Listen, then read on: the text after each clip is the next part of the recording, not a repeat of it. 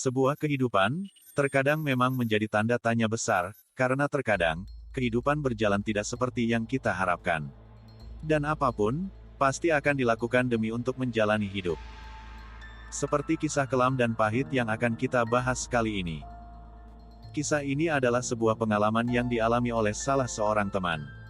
Di mana, ia pernah tanpa sengaja menjadi seorang gigolo, demi untuk mendapatkan uang. Kisah ini terjadi kurang lebih 10 tahun yang lalu. Tepatnya pada tahun 2014 lalu. Kita sebut saja namanya Hendra, adalah seorang pemuda yang berasal dari Kalimantan. Tepatnya, Desa Kendawangan, Kabupaten Ketapang, Kalimantan Barat. Ayahnya adalah seorang nelayan di sana. Dan sang ibu berprofesi sebagai pedagang di pasar. Ia adalah anak tertua dari 3 bersaudara. Sebagai anak tertua, Hendra mempunyai tanggung jawab yang besar terhadap keluarganya. Tak jarang, Hendra sering membantu kedua orang tuanya, bahkan kadang Hendra juga ikut melaut bersama sang ayah. Setelah lulus dari sekolahnya, Hendra memilih untuk meninggalkan rumah untuk pergi merantau. Tempat yang ia pilih adalah Jakarta. Ia berharap dengan merantau, ia bisa membantu dan merubah hidup keluarganya. Di Jakarta, ia tinggal di sebuah kos yang berada di daerah Kebayoran Baru, Jakarta Selatan. Karena tidak memiliki keahlian khusus, di sana ia mencoba bekerja di sebuah toko grosir pakaian. Di awal dia bekerja awalnya cukup bersemangat, namun lama-kelamaan, ia berpikir bekerja di toko grosir terasa sangat melelahkan. Dan tidak sebanding dengan gaji yang diterimanya setiap bulan. Apalagi, biaya untuk hidup di Jakarta bisa dibilang cukup besar. Belum lagi, dengan orang tua Hendra yang sering menghubungi akhir-akhir ini. Mengeluh dengan keadaan yang memang lagi susah. Tangkapan hasil melaut yang sedikit, belum lagi kapal yang sudah mulai rusak, karena memang kapal yang dipakai melaut oleh ayah Hendra sudah berusia cukup tua. Sedangkan, sekolah adik-adiknya jalan terus. Uang Hendra yang tak seberapa, mau nggak mau harus ia kirimkan kepada orang tuanya.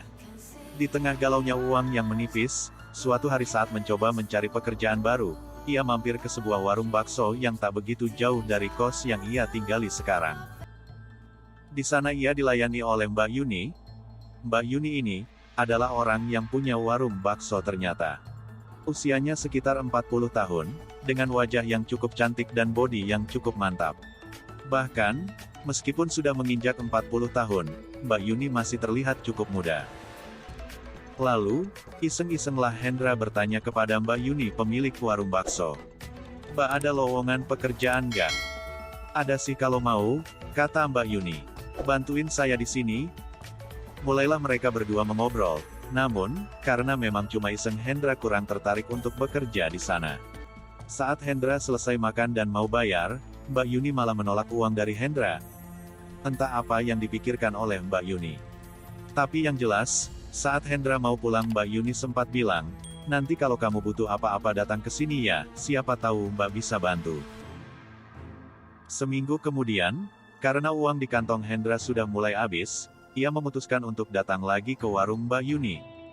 Dan menerima pekerjaan yang ditawarkan oleh Mbak Yuni, karena memang tidak ada pekerjaan lain yang ia dapatkan. Melihat Hendra datang lagi ke warung, Mbak Yuni terlihat senang.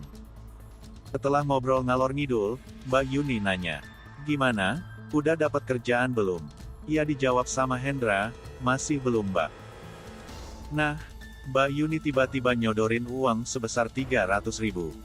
"Ini uang apaan Mbak?" "Ini buat kamu, Mbak cuma mau bantu, kamu pasti lagi nggak punya uang kan?" Senang dong si Hendra, "Gimana kamu jadi nggak kerja di sini?" "Iya deh Mbak, aku kerja sini aja. Tapi nanti kamu tinggal di sini aja ya biar Mbak nggak terlalu repot." "Nggak usah bayar, kebetulan ada kamar kosong di belakang, Mbak cuma tinggal sama pembantu di sini, udah cukup tua juga, jadi Mbak agak takut kalau nanti ada maling yang masuk." Mendengar ada tempat tinggal gratis, senanglah Hendra ini. Nggak pakai lama, langsung mengiyakan tawaran Mbak Yuni. Singkat cerita, tinggallah Hendra di sana untuk bantu Mbak Yuni memasak, beres-beres dan lain-lain. Gaji yang diberikan Mbak Yuni cukup lumayan daripada saat ia bekerja di toko grosir kemarin. Di sini Hendra bisa sedikit menyisakan uang untuk menabung dan kirim uang ke keluarganya.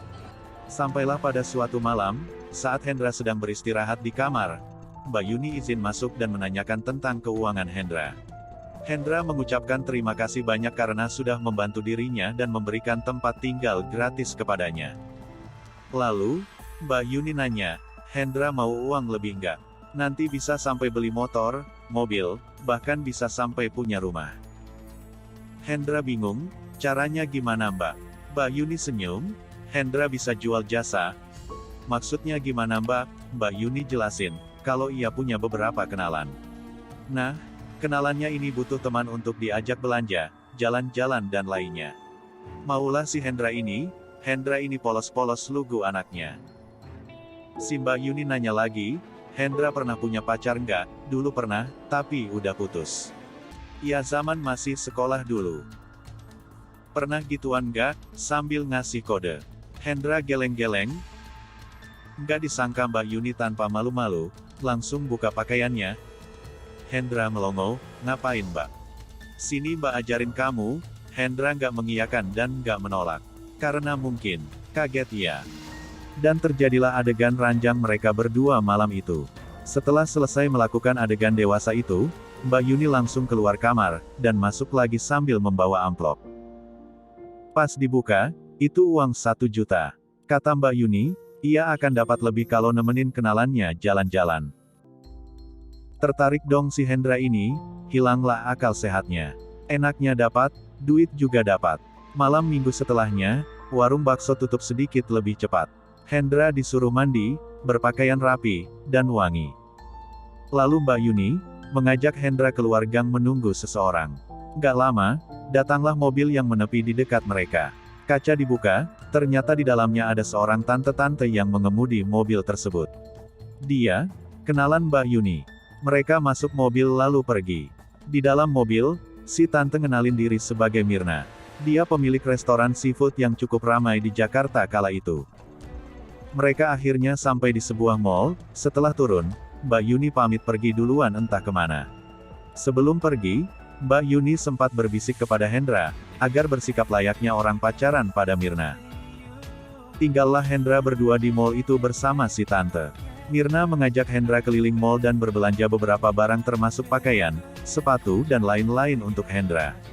Baru setelahnya, mereka makan. Setelahnya, Mirna pergi pakai mobil, ajak Hendra tanpa Yuni, menuju ke sebuah hotel. Di sana mereka melakukan pergenjotan. Selesai bergenjot, Hendra dikasih uang 3 juta. Seakan tak percaya Hendra ini, enak juga pikirnya. Tinggal genjot aja bisa dapat 3 juta, pikirnya. Resmilah, Hendra menjadi gigolo malam itu. Mirna menawarkan, agar tinggal saja bersamanya. Jangan di warung bakso lagi, Mirna akan memberikan kontrakan, kerjanya cuma nemenin Mirna, siap dipanggil kapan saja saat Mirna membutuhkan, semua keperluan akan ditanggung oleh Mirna dan gak usah segan sama Mbak Yuni. Toh ini sudah mereka bicarakan sebelumnya. Dan akhirnya, Hendra setuju. Setelahnya, Anton diantar pulang ke warung bakso milik Mbak Yuni. Ternyata, Mbak Yuni sudah di sana, Mirna dan Yuni terlibat percakapan. Di sana, Mirna terlihat memberikan amplop tebal kepada Mbak Yuni. Bisa dibilang, Mbak Yuni ini adalah germo gigolo berbalut bakso. Keesokan harinya, Hendra diminta untuk berkemas oleh Mbak Yuni.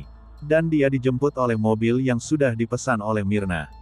Untuk mengantar ke kontrakan yang sudah disewa olehnya.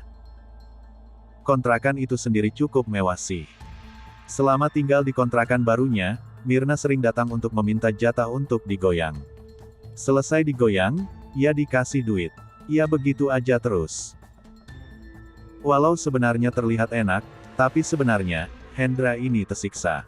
Karena dia tidak boleh keluar rumah, tanpa izin dari Mirna. CCTV di setiap sudut rumah, selalu menyala. Hendra bahkan dilarang, untuk berteman. Apalagi teman wanita. Pokoknya hidupnya ini, hanyalah untuk si Mirna. Full 24 jam. Bahkan, sering juga ia dibawa oleh si Mirna ini, untuk pergi berkumpul bersama teman-teman arisannya. Di sana ia bertemu dengan tante-tante lain, dan bersama berondong mereka. Di sini, lebih gila lagi. Karena si gigolo, jadi piala bergilir. Setelah sekitar 3 bulan jadi simpanan Mirna, Hendra mulai merasa tidak betah. Di sini Mirna mulai sering marah-marah, mencacinya, bahkan kadang juga menamparnya. Hingga akhirnya tanpa sebab, Mirna mengusir Hendra dari kontrakan. Ya, begitulah. Namanya gigolo, pasti ada masa aktifnya, karena si tante pasti mencari gigolo baru, mencampakkan yang lama karena sudah bosan.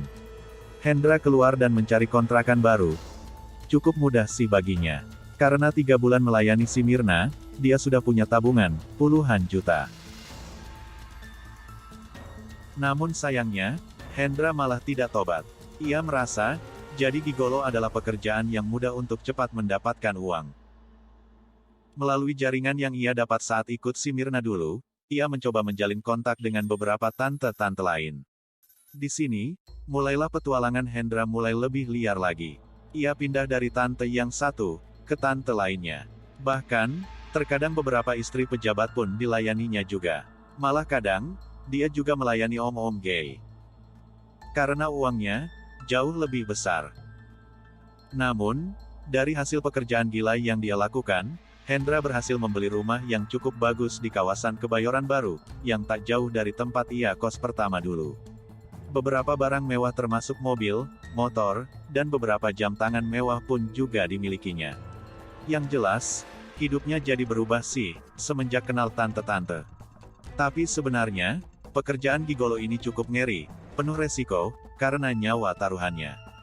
Jadi suatu hari, Hendra ini dapat customer seorang tante, yang suaminya adalah seorang jenderal berpangkat. Mungkin karena sering ditinggal, si tante jadi kesepian kali ya. Setelah beberapa kali berhubungan, suatu hari saat pulang dari melayani tante-tante, tiba-tiba mobilnya dihadang oleh beberapa orang berbadan besar. Itu pas ia lewat di jalan sepi, karena memang kondisinya sudah lewat jam 4 pagi. Salah seorang itu, tanpa ragu menodongkan parang ke Hendra. Lalu, Hendra diminta masuk ke dalam mobil. Setelah Hendra masuk, ia digebukin habis-habisan. Di sini Hendra tidak bisa apa-apa sih, karena memang dia dikeroyok. Salah seorang di dalam mobil tersebut mengancam, untuk menjauhi istri dari sang jenderal dan keluar dari Jakarta. Kalau enggak, hal yang lebih parah dari ini bisa saja mereka lakukan.